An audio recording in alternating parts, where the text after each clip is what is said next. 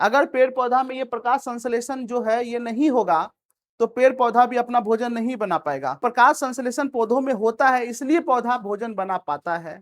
प्रकाश संश्लेषण केवल पौधे के लिए जरूरी नहीं है, हम लोग के लिए भी जरूरी है।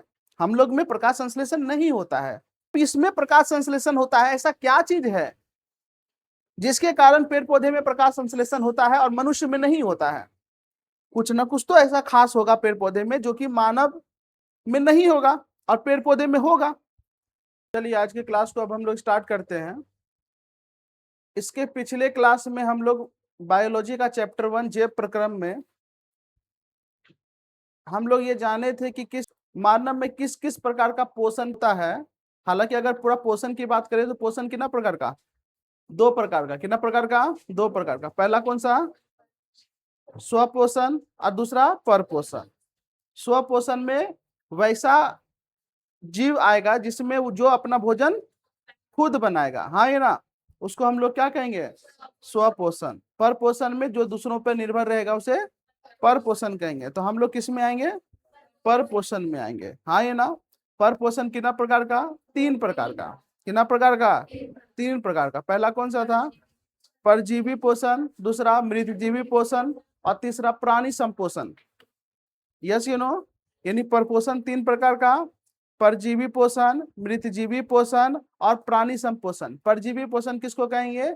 जो अपना भोजन तो नहीं बनाएगा, वो दूसरे पर निर्भर रहेगा लेकिन उसको हानि पहुंचा करके अपना भोजन ग्रहण करेगा, उसको हम लोग कहेंगे परजीवी पोषण। जैसे सर का जू हो गया, जोक हो गया, कृमि हो गया, टेप वर्म जिसको कहते हैं, गोल कृमि, फीता कृमि, कई तरह का कृमि होता है जो कि पेट में पाया जाएगा, हाँ ये ना, जो कि मानव के छोटी आंत से भोजन को ग्रहण करेगा और मानव को हानि पहुंचाएगा।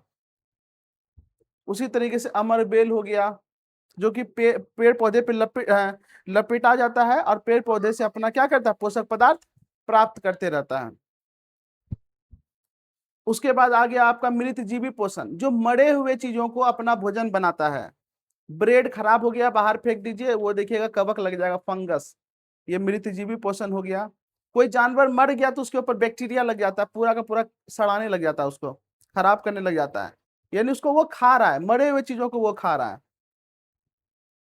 इसमें क्या क्या आएगा आपका? तो बैक्टीरिया सब आएगा। इसमें और क्या आएगा? मशरूम आएगा आपका, हाँ ये ना, ये सब क्या कहलाता है? मृतजीवी पोषण में आता है। किसमें आएगा? मृतजीवी पोषण, मरे हुए चीजों को अपना भोजन बनाता है। और चूंकि ये अच्छा काम करता है, ये चीजों को अपघटन करने का काम करता है, तोड़ने का काम करता है, खत्म करने का काम करता है, इसीलिए इसको अपघटक भी कहते हैं। क्या बोलते हैं? अपघटक। ये बढ़िया चीज है, ये क्या है? बढ़िया चीज है। Yes you know. तीसरा आता है प्राणी संपोषण, जो कि अपना भोजन ठोस या द्रव अवस्था में प्राप्त करता है। अपना भोजन जो है वो किस रूप में प्राप्त करेगा? ठोस या द्रव रूप में। इसमें कौन आएगा? तो मानव आएगा, बड़ी बड़ी जीव जंतुएं आएंगी, गाय, बैल, बकरी, ये सब किस में आएगा? ये सब आएगा आपका प्राणी संपोषण में, ठीक है। चलिए अब जो नेक्स्ट हम लोग आगे पढ़ेंगे कि पेड़ पौधे में पोषण कैसे होता है। ये तो हम लोग पढ़ लिए, मानव में कैसा होता है प्राणी संपोषण, उसके बारे में अच्छे से अभी और भी पढ़ना है कि पूरा का पूरा पाचन पढ़ना है, किस तरीके से पाचन होता है, यानी मुंह से लेकर के पूरा का पूरा खाना पचने तक का क्या क्या प्रोसेस है, वो आगे हम लोग पढ़ेंगे, उसका टेंशन आपको नहीं लेना है। लेकिन अभी जो हम लोग पढ़ेंगे वो पढ़ेंगे पौधों में पोषण, कि पौधों में पोषण किस प्रकार से होता है। पौधों में तो पोषण समझ गए, स्वपोषण होता है। पौधों में कैसा पोषण होता है? स्वपोषण, ठीक है। तो चलिए ये आपका क्लास 3 है आज आपका, ये तीसरा क्लास है जे प्रक्रम का। तो अब हम लोग आगे बढ़ते हैं कि आज का जो टॉपिक होने वाला है वो पौधों में पोषण होने वाला है। आ जाओ जल्दी से बैठो फटाफट। देखिए अब यहाँ पर आपको ध्यान से सुनना है, ये पौधों में पोषण, यानी हम लोग ये तो समझ गए पौधे जो है अपना भोजन खुद से बनाते हैं, हाँ ये ना, अर्थात पौधा जो है, पेड़ पौधा, वो किसी दूसरे पर निर्भर नहीं रहता है। पौधा चूंकि अपना भोजन खुद से बनाता है, इसीलिए पौधे में जो पोषण होता है उसको हम लोग स्वपोषण बोलते हैं। क्या बोलते हैं? स्वपोषण। अब ये स्वपोषण कैसे करता है? जल्दी से बैठते चलो। और ये स्वपोषण कैसे करता है? तो ये जो स्वपोषण करता है ये प्रकाश संश्लेषण के द्वारा करता है। कैसे करता है? प्रकाश संश्लेषण के द्वारा करता है। अब हम लोग आज के क्लास में समझेंगे कि प्रकाश संश्लेषण क्या होता है। इसी प्रकाश संश्लेषण के कारण पेड़ पौधा अपना भोजन कर पाता है। अगर पेड़ पौधा में ये प्रकाश संश्लेषण जो है ये नहीं होगा तो पेड़ पौधा भी अपना भोजन नहीं बना पाएगा। बात समझ में आ रहा है क्या?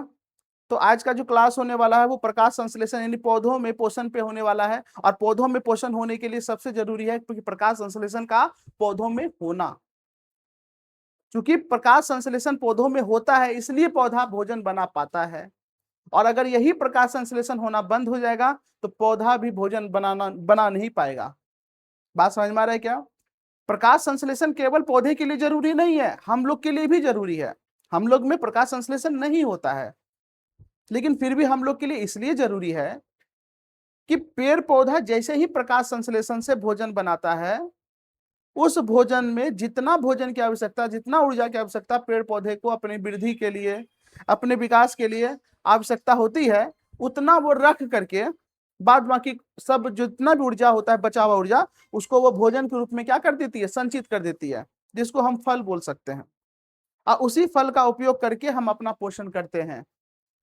तो अगर पेड़ पौधा में ये प्रकाश संश्लेषण नहीं होगा तो ये अपना भोजन नहीं बनाएगा, साथ में ये फल भी नहीं बना पाएगा, तो हम लोग भी अपना भोजन ग्रहण नहीं कर पाएंगे। बात समझ में आ रहा है क्या? इसीलिए पेड़ पौधे में होने वाला ये जो घटना है प्रकाश संश्लेषण, ये फेनोमेना जो है ये मानव के लिए भी जरूरी है। Yes you know?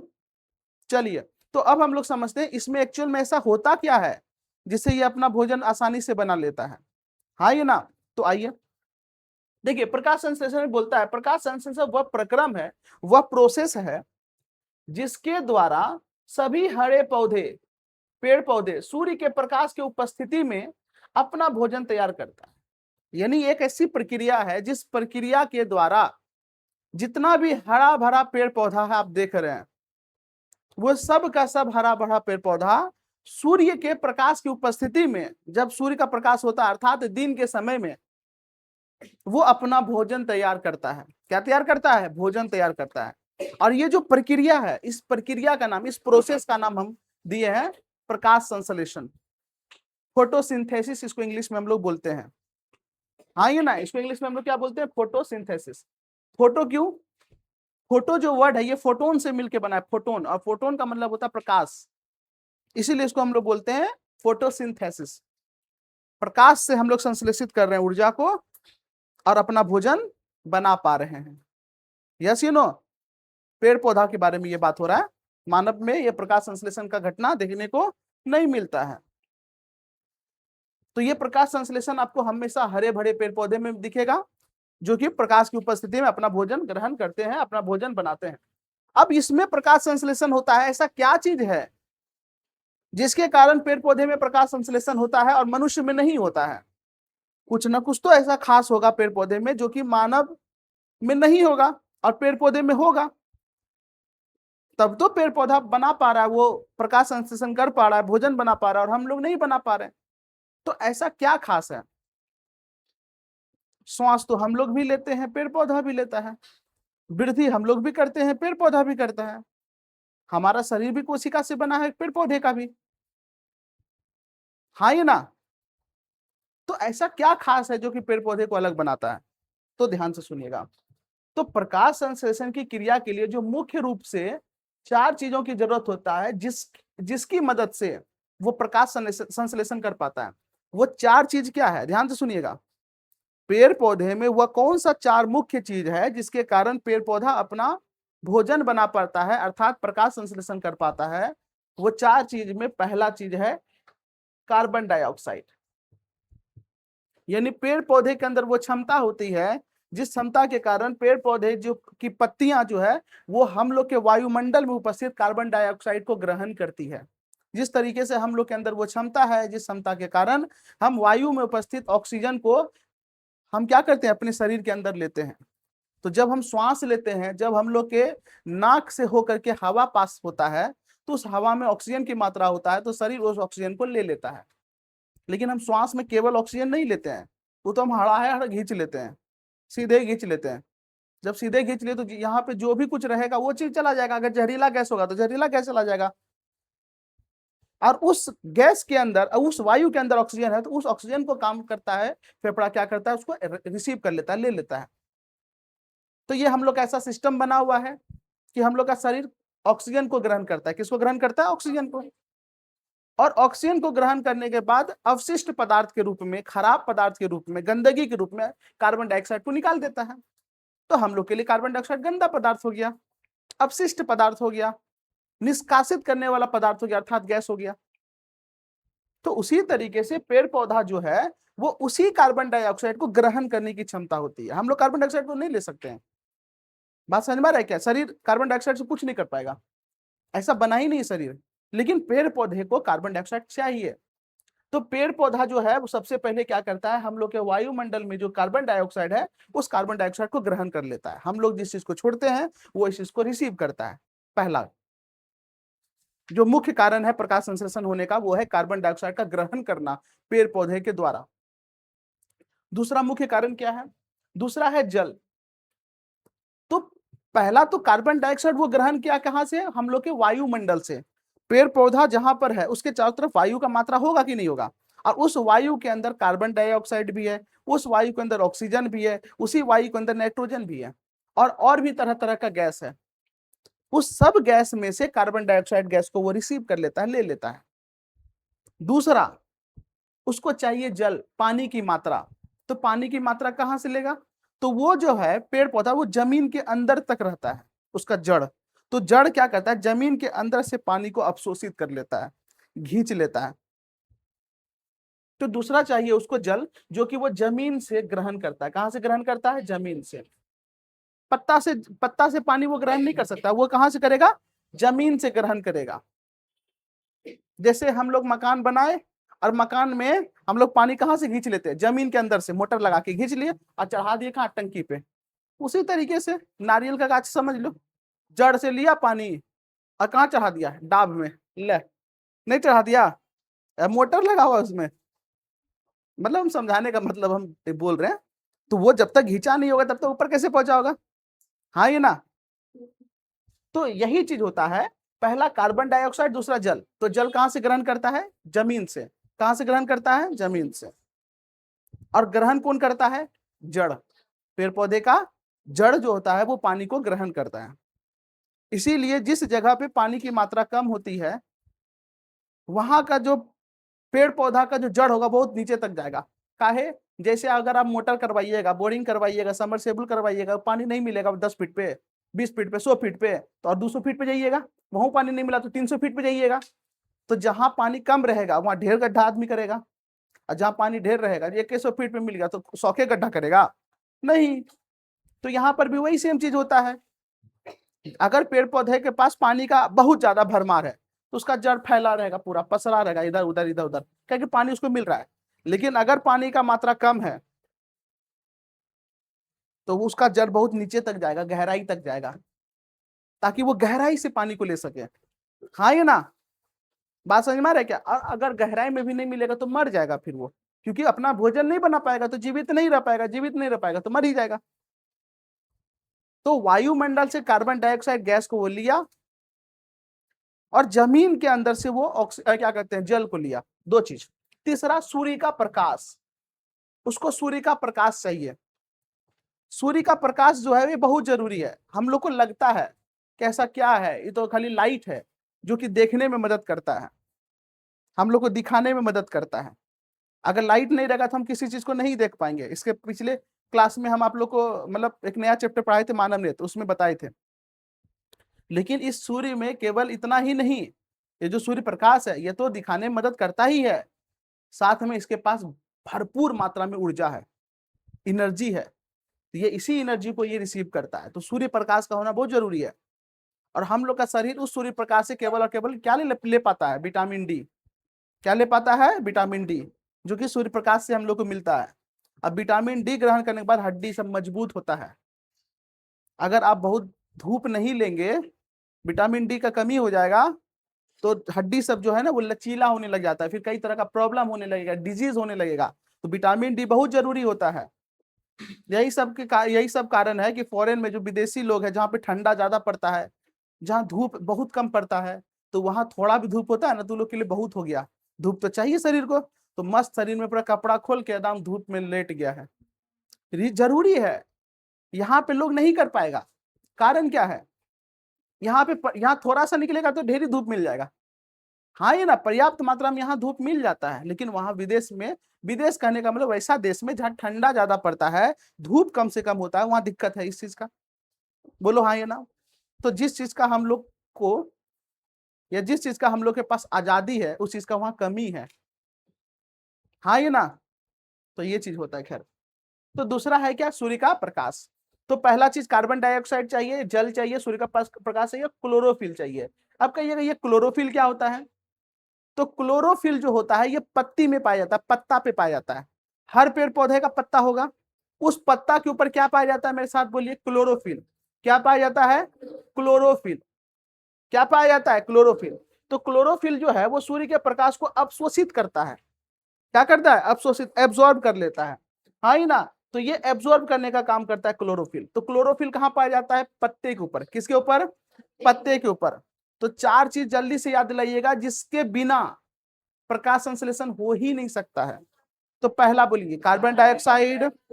आपसे पूछेंगे कार्बन डाइऑक्साइड पेड़ पौधा कहां से ग्रहण करता है, वातावरण से। कहां से करता है, वातावरण से। दूसरा जल, जल वो ग्रहण कहां से करता है, जमीन से। तीसरा क्या है, सूर्य प्रकाश। सूर्य प्रकाश भगवान का तो देन है, ये है दिन के समय में। और चौथा क्या है, क्लोरोफिल। इस चारों में से अगर एक को चीज को अगर हम गायब कर दिए तो पेड़ पौधा अपना भोजन नहीं बना पाएगा। ये तो वही बात हो गया, सब्जी है, सब चीज है, लेकिन चूल्हे नहीं है पकाने वाला, तो बनेगा। सब्जियों है, चूल्हो है, बर्तने नहीं है, तो पकेगा, जला दीजिएगा। हाँ ये ना, नहीं पकेगा, फिर दिक्कत हो जाएगा ना, जो चीज बनाना चाहेंगे बनेगा नहीं। हाँ ये चूल्हो है, बर्तनों है, सब्जियां नहीं, कहाँ पकाइएगा, ले, यह दिक्कत है। तो हर चीज का होना जरूरी है कि नहीं है, उसी तरीके से ये चार चीज का होना जरूरी है, इसके बिना नहीं होगा। अगर आप किसी भी पेड़ पौधे का सब पत्ता उत्ता झाड़ उड़ दीजिएगा, क्लोरोफिल गायब कर दीजिएगा, तो वो जीवित तो रहेगा लेकिन अपना भोजन नहीं बना पाएगा। पहला, अगर क्लोरोफिल गायब कर दीजिएगा तो उसके अंदर प्रकाश संश्लेषण नहीं हो पाएगा। सूर्य ही खत्म कर दीजिएगा, गायब कर दीजिएगा लंबा समय के लिए, तो भी भोजन नहीं बना पाएगा। यानी हम पूरा गाछ ढक दिए, उसको धूप मिल ही नहीं रहा है, तो जितना ऊर्जा था उतना यूज कर लेगा। अच्छा एक बात बताइए, 2 दिन आपको खाने नहीं लगा तो मर नहीं जाइएगा, लेकिन धीरे धीरे कमजोर तो होइएगा ना। लेकिन एक समय ऐसा आएगा जब मरिए जाइएगा। उसी तरीके से पेड़ पौधा आप पूरा ढक देंगे तो क्या सब मर जाएगा। तो रात के समय भी तो धूप नहीं मिलता है तो क्या मर जाता है, नहीं। उतना उसके पास एनर्जी रहता है कि वो सर्वाइव कर लेता है मस्त। 10 दिन तक नहीं हो मिलेगा तो कोई दिक्कत नहीं है, लेकिन फिर चाहिए उसको। हाँ ही ना, उसी तरीके से यहाँ पर जल, कुछ जल नहीं भी मिला तो कोई दिक्कत नहीं, लेकिन फिर भी उसको बाद में जल चाहिए, प्रॉपर मिलते रहना चाहिए। यस यू नो, अगर जल भी नहीं देंगे तो भोजन नहीं बना पाएगा। कार्बन डाइऑक्साइड, यानी चारों चीज का होना जरूरी है, जिसमें एक को चीज गायब किया अगर खिसकाए तो ये लटक जाएगा, जा खत्म, पेड़ गायब हो जाएगा। हाँ ये ना, मर जाएगा, मुरझा जाएगा। यही कारण है जब भी हम लोग गाछ लगाते हैं, पेड़ पौधा लगाते हैं, तो ऐसा बहुत कम चांस होता है, या फिर ऐसा होता है उसका जड़ जो है ना पर्याप्त पानी तक नहीं पहुंच पाता है, जिस कारण से मुरझा के मर जाता है अधिकांश पेड़ पौधा, देखिएगा। इसीलिए हम लोग ऊपर से पानी देते हैं पहले, कि तुम पहले जिंदा रहो।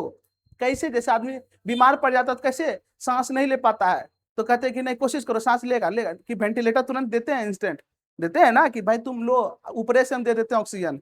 तुम्हारा शरीर अगर नहीं बाहर से सांस को ले पा रहा है, इंडी फिल्टर कर पा रहा, लो हम ऊपरे देते सीधा ऑक्सीजन। नहीं खा पा रहा है, मुंह में चोट लगा हुआ है, मोटरसाइकिल गिरा, मुंह गायब, ऐसे करके मुंह खुलिए नहीं रहा है, तो उस कंडीशन में क्या करेगा, लो भाई मर जाएगा ना। ये तो ठीक हो जाएगा तो शरीर शरीर में कोई दिक्कतें नहीं है, तो उस कंडीशन में क्या करे, तो यहाँ से चढ़ा देगा ग्लूकोज। यस यू नो, पानी नहीं पी रहा तो इधर से पानी चढ़ा देगा, शरीर को मिल गया, तो शरीर कम से कम जिंदा तो रहेगा 10 दिन, 12 दिन, 15 दिन। उसके बाद इधर से ठीक हुआ तो धीरे धीरे धीरे धीरे क्या करेगा, एक एक चम्मच करके पिलाएगा, आदत हो जाएगा धीरे धीरे। हाँ ये ना, तब तक ऐसे बचाया जाता है। खैर चलिए, तो ये चीज समझ में आ गया, बोलो हाँ ये ना। तो प्रकाश संश्लेषण के लिए मुख्य 4 कारक क्या है, तो प्रकाश संश्लेषण के लिए मुख्य 4 कारक में पहला कारक क्या है, कार्बन डाइऑक्साइड। दूसरा कारक क्या है, जल। जल को वो कहां से ग्रहण करेगा, जमीन से। कहां से ग्रहण करेगा? जमीन से ग्रहण करेगा। और वो जड़ जो है केवल जमीन से जल ही ग्रहण नहीं करता है, साथ में खनिज पदार्थ को भी वो ग्रहण करता है। खनिज पदार्थ का मतलब मिनरल्स, जो हमारे बॉडी को चाहिए।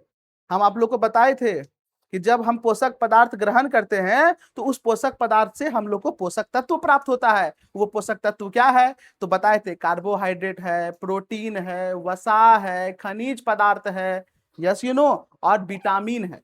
यही सब पोषक पदार्थ शरीर को चाहिए। और जब शरीर को ये सारा का सारा पोषक पदार्थ मिलता है तो शरीर एकदम फला फुला रहता है, एकदम मस्त रहता है, हेल्दी रहता है।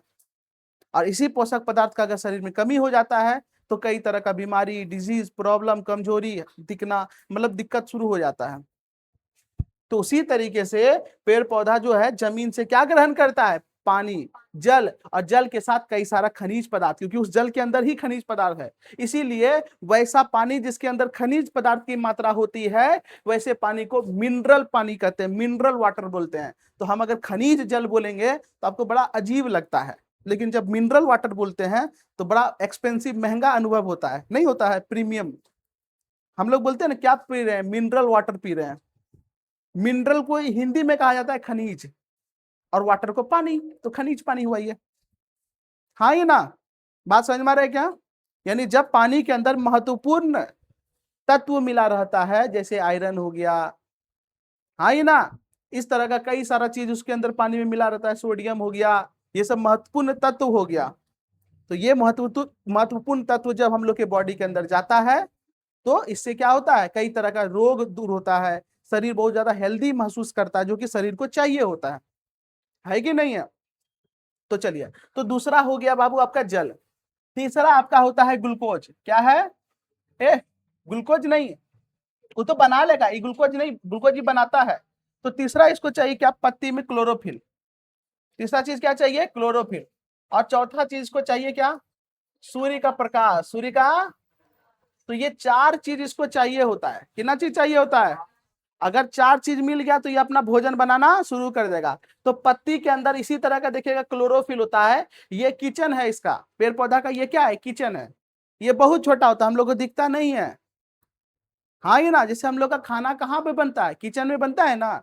उसी तरीके से ये पत्ती के अंदर पाया जाता है, ये किचन है, क्लोरोफिल है। तो क्लोरोफिल के कारण पत्ती का रंग हरा होता है, और क्लोरोफिल में ही इसका भोजन बनता है। क्या बनता है? भोजन। यानी यहां से जो पानी है कहां पहुंचेगा? क्लोरोफिल के पास। ये जो कार्बन डाइऑक्साइड लेगा कहां जाएगा? क्लोरोफिल के पास। और सूर्य का प्रकाश कहां जाएगा? क्लोरोफिल के पास। सब चीज क्लोरोफिल के पास पहुंच गया। तो जिस तरीके से घर में मम्मी के पास मिल गया, आटा पहुंच गया, सब्जी पहुंच गया, चूल्हा पहुंच गया, पानी पहुंच गया, तो मस्त मम्मी खाना बनाना शुरू। उसी तरीके से यहाँ पर भी होता है। तो इस किचन में फिर खाना बनना क्या हो जाएगा? शुरू हो जाएगा। समझ में आया? दिन भर खाना बनता है, रात में आराम होता है। कोई दिक्कत नहीं ना?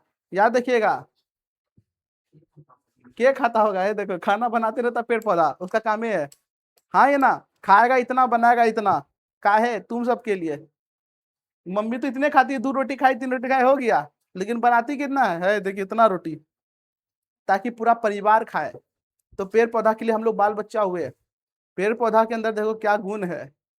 अगर केवल अपना भरण पोषण करना रहता तो उतना ही भोजन बनाता जितना से उसका काम हो जाता, लेकिन उसके अलावा भी इतना बना देता है जिससे कि आप लोग का भी पेट भरा हुआ रहे। होता है कि नहीं होता? अमरूद का गाछ लगा दिए, भर दो हम अमरूद खाते हैं।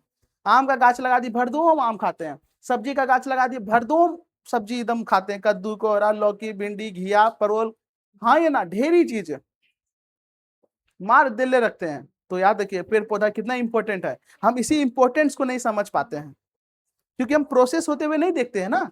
मेरे घर में सीधा पहुंच जाता है आटा, घर में सीधा पहुंच जाता है, तो इसके पीछे का प्रोसेस हम नहीं समझ पाते हैं, तो इसीलिए दिक्कत हो जाता है। अहमियत समझना पड़ेगा। पेड़ पौधा हम लोग के लिए बहुत जरूरी है, बहुत जरूरी। Yes you know. खैर चलिए, ये चीज समझ में आ गया। अब हम लोग करेंगे कि भोजन ये कैसे बनाता है। तो पेड़ पौधा हमेशा भोजन जो है ना वो ऑक्सीजन के रूप में बनाता है, क्या कहते हैं, ग्लूकोज के रूप में। किसके रूप में? ग्लूकोज के रूप में। जैसे किचन में खाना बनता है तो भाप उड़ता है ना, हाँ है ना, भाप उड़ता है, गैस भी उड़ता है। जैसे कई बार है ना, मान लीजिए सब्जी उब्जी है तो भाप निकलेगा, कोई सीटी मारेगा, गैस निकलेगा, निकलता है कि नहीं निकलता है? उसी तरीके से जब यहाँ खाना बनता है तो जब इसको हम कार्बन डाइऑक्साइड दिए ना तो ये बदले में हमको ऑक्सीजन देता है। क्या देता है? ऑक्सीजन देता है। देखो यही ऑक्सीजन जो हम लोग को चाहिए। तो पेड़ पौधा लेता क्या है? Carbon dioxide. देता क्या है? ऑक्सीजन। और भोजन के रूप में क्या बना के देता है? ग्लूकोज। क्या बना के देता है? ग्लूकोज। ग्लूकोज का ये सूत्र याद रखिएगा, C6H12O6। ये ग्लूकोज का फॉर्मूला होता है। यानी ग्लूकोज में कार्बन का मात्रा 6 गो, हाइड्रोजन का मात्रा 12 गो और ऑक्सीजन का मात्रा 6 गो होता है। और ये ग्लूकोज बना करके कौन देता है? पेड़ पौधा, हम लोग को। तो ये अपना ग्लूकोज कैसे बनाता है? इस ग्लूकोज का यूज पेड़ पौधा खुद भी करता है और हम लोग को भी देता है। कैसे? समझिएगा। सबसे पहले पेड़ पौधा क्या करता है? हम लोग के वायुमंडल में उपस्थित कार्बन डाइऑक्साइड को ग्रहण करता है। कौन किसको ग्रहण करता है? कार्बन डाइऑक्साइड को। कार्बन डाइऑक्साइड का सूत्र क्या होता है? CO2। क्या होता है? अभी आगे का 6 मत समझिएगा, पहले समझिए कार्बन का डाइऑक्साइड का सूत्र क्या होता है? CO2।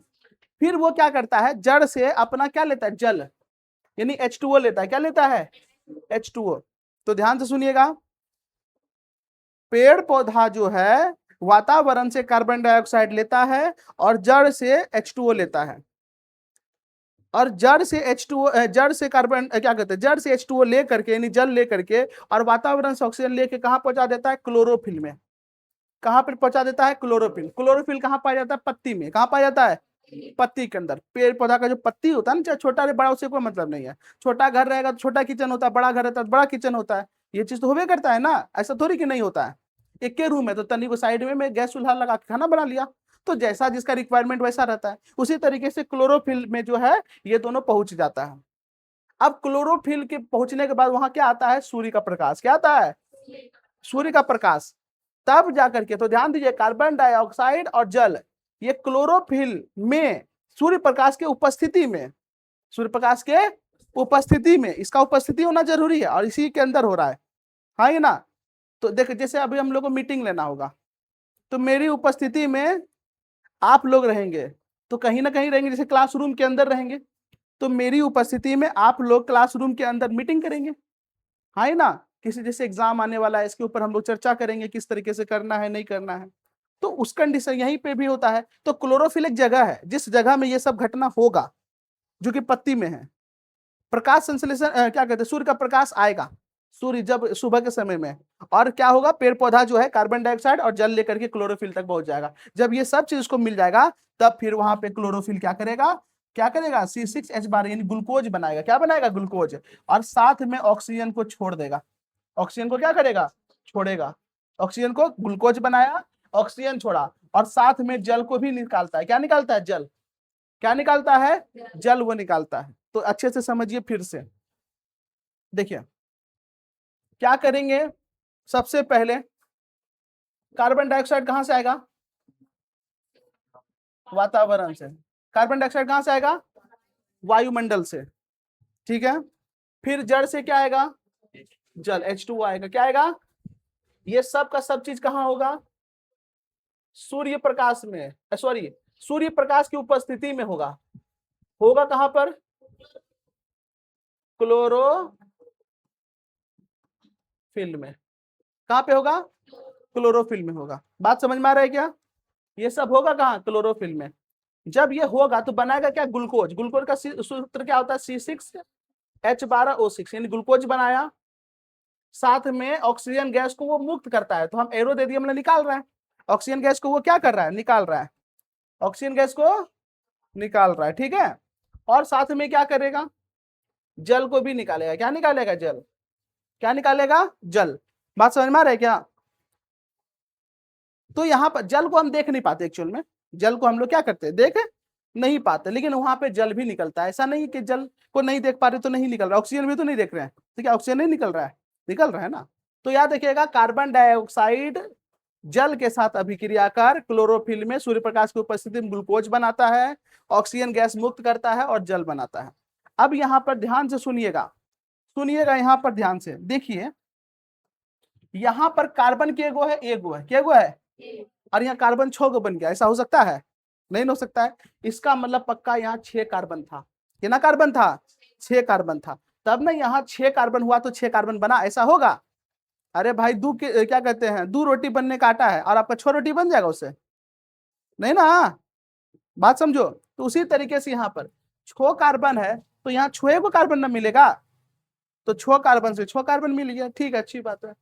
ऑक्सीजन यहाँ के गो है, ऑक्सीजन के गो है, नहीं ऑक्सीजन 2 गो और उस तरीके से 6 गो है, यानी 12 गो ऑक्सीजन हुआ, 6 दूनी 12, 6 दूनी 12 ऑक्सीजन है, और यहाँ पर एक ऑक्सीजन, टोटल कितना 13 ऑक्सीजन है।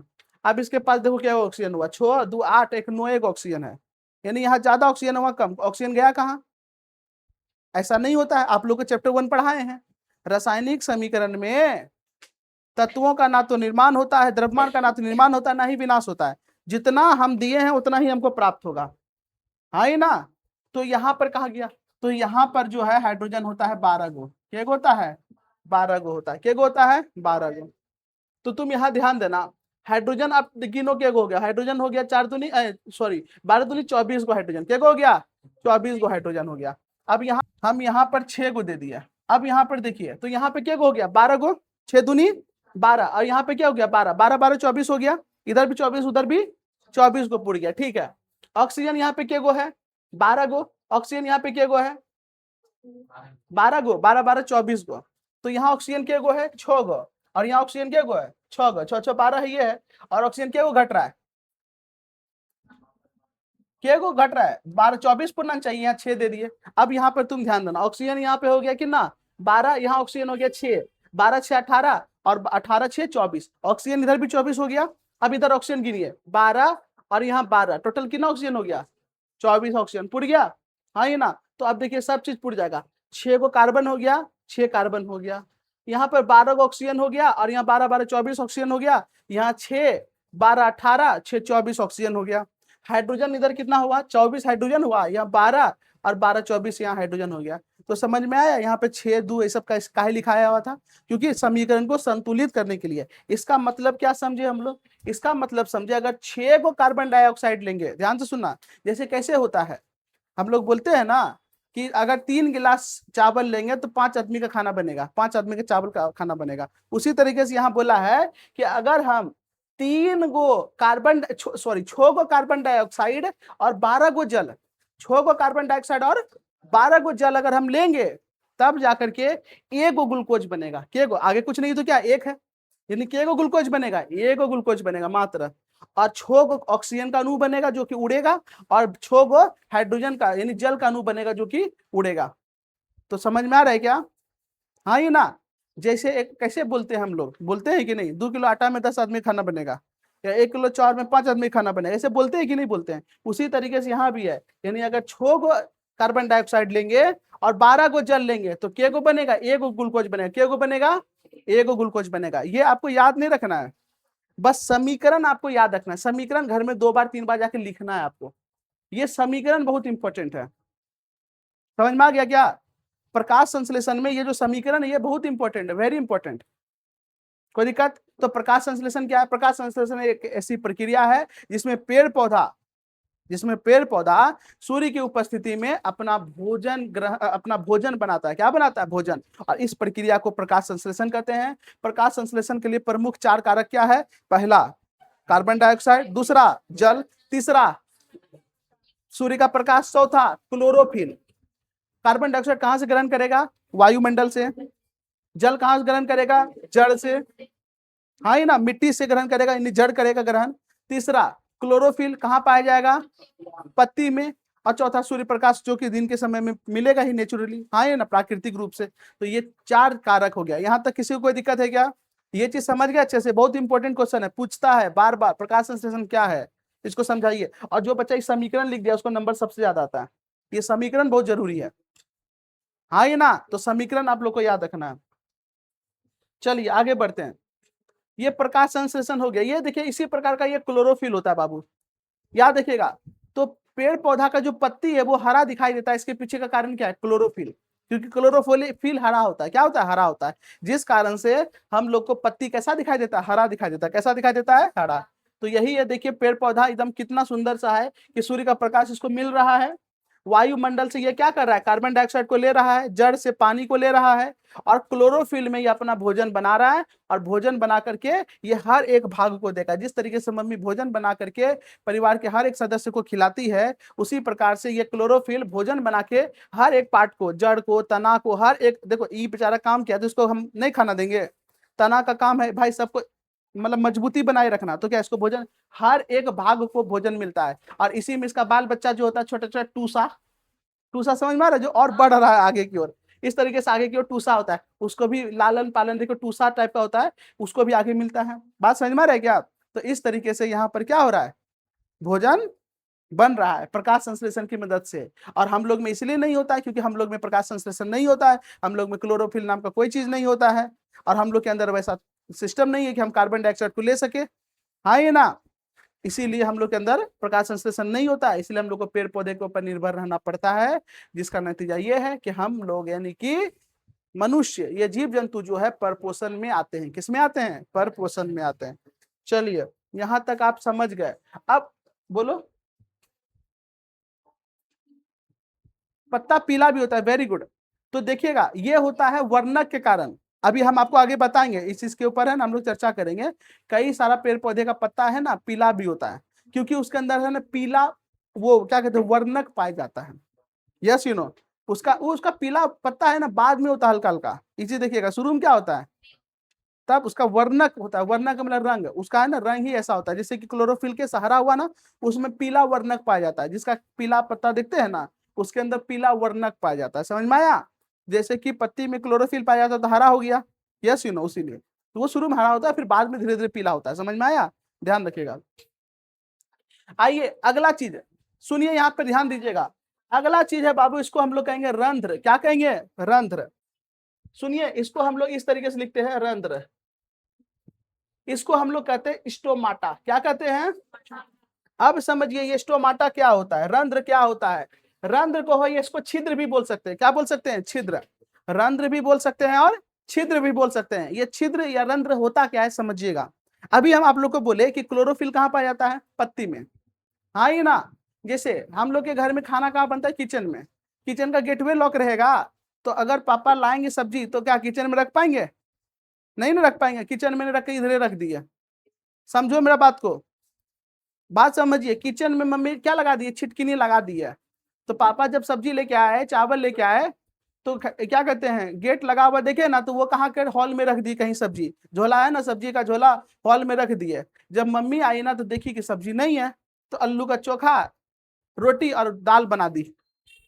हाँ ये ना, तो फिर पापा को जब पड़ोसी तो बोले हैं सब्जी कहाँ है, तो सब्जी लाए कहाँ है आप? बोले लाए रे, हॉल में रखे हैं। तो हॉल में रखने से होगा, हम देखबे ना किए। तो उसी तरीके से जड़ पानी लेके आया, समझो जड़ जो है पानी लेके आया, तो कहां पहुंचाएगा? क्लोरोफिल में। और वायु से कार्बन डाइऑक्साइड ग्रहण किए, तो वो कहां जाएगा? पत्ती में जाएगा, क्लोरोफिल में जाएगा। तो अगर गेटवे बंद रहेगा तो क्लोरोफिल तक पहुंच पाएगा ना, जड़ ना पानी पहुंच पाएगा, ना वायु क्या कहते हैं कार्बन डाइऑक्साइड पहुंच पाएगा, और ना सूर्य का प्रकाश पहुंच पाएगा। गेटवा बंद है ना रे, गेटवा बंद है, खिड़की बंद है, तो लाइटवा घुस पाता है? नहीं पहुंच पाता है। तो उस कंडीशन में खाना बनेगा ही नहीं। खाना बनेगा? नहीं बनेगा, तो भारी दिक्कत ना हो जाएगा। हाँ ये ना, और किचन में गेट होना भी जरूरी है। कहीं गेट नहीं रहेगा तो चूहा बिल्ली कुछ छू अंदर चल जाएगा, यो दिक्कत ना है। इसी तरीके से पत्ती में भी क्या होता है? रंध्र पाया जाता है, छोटा छोटा छेदा पाया जाता है, छोटा छोटा। इसको हम लोग रंध्र का नाम दिए स्टोमाटा। हे गे दीदी इधर ध्यान दो ना, स्मार्ट वॉच का लेकिन बड़ा झमेला है, बैठ के उसी को देखते रहेगी। चलिए, रंध्र जो है ये क्या होता है? पत्ती में पाए जाने वाला छोटा छोटा छिद्र होता है। इसका काम क्या होता है? सुनो ध्यान से सुनना, इसका काम क्या होता है? तो ध्यान देना, ये जो है रंध्र जो है ये पत्तियों की सतह पर, पत्ती की सतह का मतलब समझ में आता है, सरफेस, पत्ती की सतह पर पाए जाने वाला सूक्ष्म छिद्र होता है। इतना छोटा छिद्र होता है कि हम लोग देख नहीं पाते हैं। अच्छा, हाथे की कोशिका, कोशिका के अंदर यहाँ पे जो ना हम लोग का त्वचा में छिद्र है, देख पाते हैं क्या? घड़ा में भी छोटा छोटा छिद्र होता है, देख पाते हैं क्या? नहीं, लेकिन है ना। अगर छिद्र नहीं होता तो पानी रिसता, हम लोग का पसीना निकलता?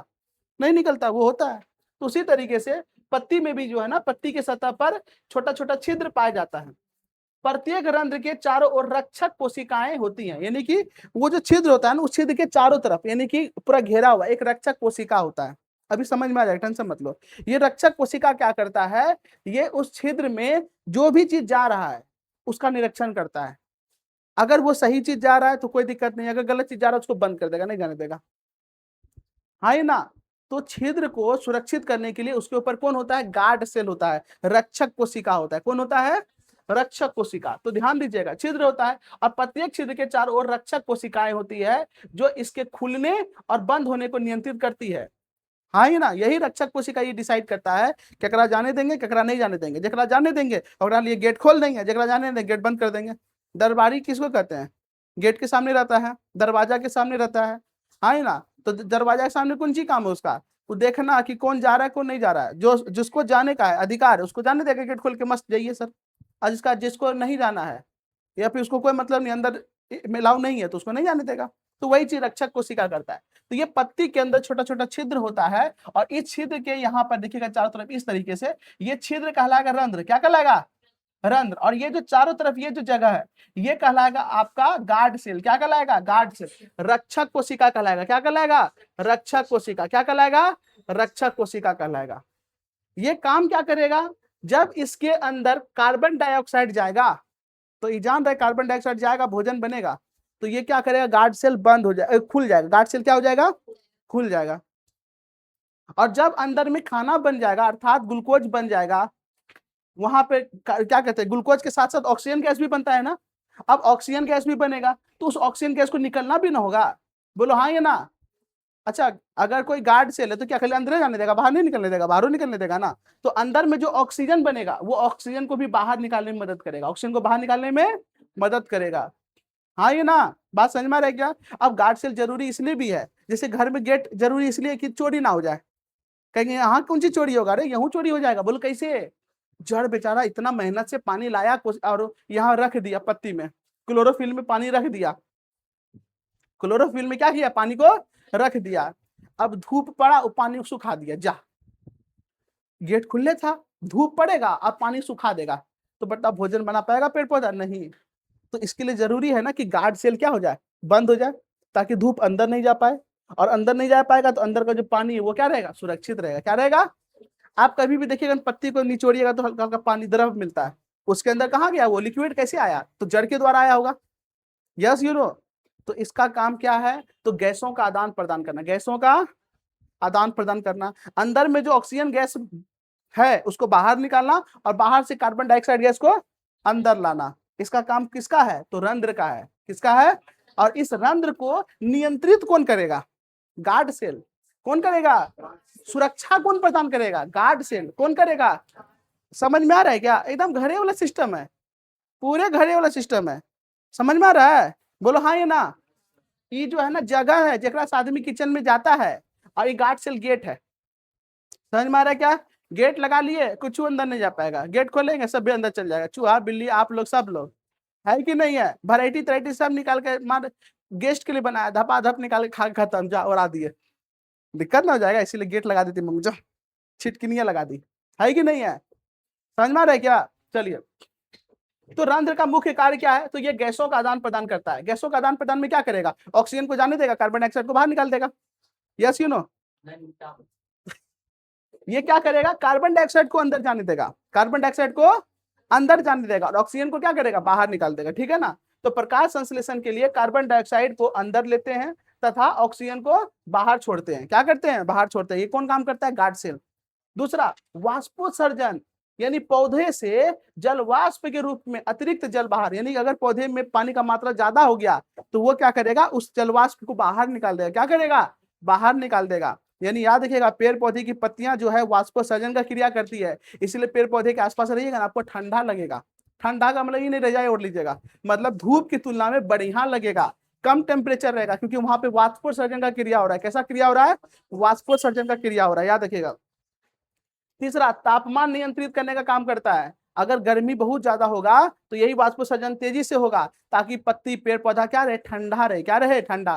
ठंडा का मतलब होता है एक सामान्य टेम्परेचर पे रहे।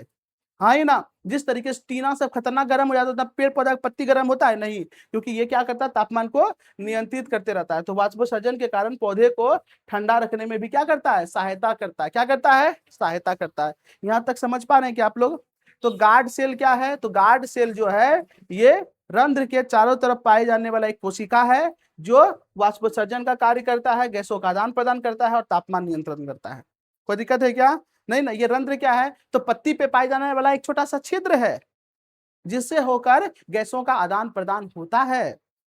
समझ में आ रहा है क्या? और इस गैसों का आदान प्रदान को नियंत्रित कौन करता है, तो गार्ड सेल करता है। कौन करता है, गार्ड सेल। तो रंध्र समझ में आ गया, ये वेरी इंपॉर्टेंट क्वेश्चन है, VBI क्वेश्चन है, पूछता है रंध्र क्या है। ये गार्ड सेल से क्या समझते हैं, गैसों का आदान प्रदान किसके द्वारा होता है? ऑप्शन नंबर ए पत्तियों के द्वारा, ऑप्शन नंबर बी रंध्र के द्वारा, option number C guard cell के द्वारा। रंध्र के द्वारा। गार्ड सेल नियंत्रित करता है। गार्ड सेल क्या करता है, गैसों के आदान प्रदान को ये नियंत्रण करता है। बात समझ में आ रहा है क्या? हाँ ये ना, कोई दिक्कत है क्या? चलिए अच्छी बात है। यहां तक तो आप समझ गए, गैसों का आदान प्रदान होना, वाष्पोत्सर्जन होना और तापमान नियंत्रण होना। यहां तक किसी को कोई दिक्कत है क्या? नहीं ना। तो अगर कोई भी पेड़ पौधा अपना भोजन बनाएगा उसके लिए जरूरी है प्रकाश संश्लेषण, और प्रकाश संश्लेषण इसको हम लोग करते हैं फोटोसिंथेसिस। अब पुलिस स्टेशन नहीं है ये है फोटोसिंथेसिस। प्रकाश संश्लेषण होगा उसके लिए चार चीज क्या चाहिए, पहला चाहिए कार्बन डाइऑक्साइड जो कि वातावरण से लेगा, दूसरा चाहिए जल जो कि जड़ लेगा कहां से, धरती के अंदर से, पृथ्वी से, तीसरा चाहिए क्या, प्रकाश, सूर्य का प्रकाश, और चौथा क्या चाहिए, आज अगर इस चारों में से कोई एक को चीज गायब करेंगे, अगर कोई एक को चीज गायब करेंगे तो पौधा अपना भोजन नहीं बना पाएगा। यहां तक बात समझ पाएगा आप लोग? यहां तक किसी को कोई दिक्कत है क्या? नहीं ना। चलिए, पेड़ पौधे की पत्ती में क्या पाया जाता है, छोटा छोटा छिद्र। इस छिद्र का नाम क्या है, रंध्र। इसको इंग्लिश में क्या बोलते हैं, स्टोमाटा। कौन माटा, स्टोमाटा। चारों तरफ से क्या किससे घिरा हुआ रहता है, गार्ड सेल से। किसे, गार्ड सेल। इसको हम लोग क्या कहते हैं, रक्षक कोशिका। क्या बोलते हैं, रक्षक कोशिका। ये रक्षक कोशिका क्या करता है, छिद्र को बंद करता है, छिद्र को खोलने का कार्य करता है। बात समझ में आ रहा है क्या? कोई दिक्कत है क्या? जिस तरीके से हम लोग आइरिस है ना, छोटा बड़ा होते रहता है, हाँ है ना, उसी तरीके से ये है। नहीं समझे, हम लोग के आइरिस भी छोटा बड़ा होता है ना, प्रकाश को नियंत्रित करता है। यस यू नो, उसी तरीके से ये है। यहाँ तक किसी को कोई दिक्कत है? नहीं ना, पक्का ना। चलिए, तो आज का क्लास को हम यहीं पे समाप्त करते हैं। आपको क्या करना है, एक बार अच्छे से इसको पढ़ना है, रिवीजन करना है, हाँ ये ना, फिर हम लोग नेक्स्ट क्लास में मिलेंगे। ठीक है, आज के लिए इतना ही, धन्यवाद।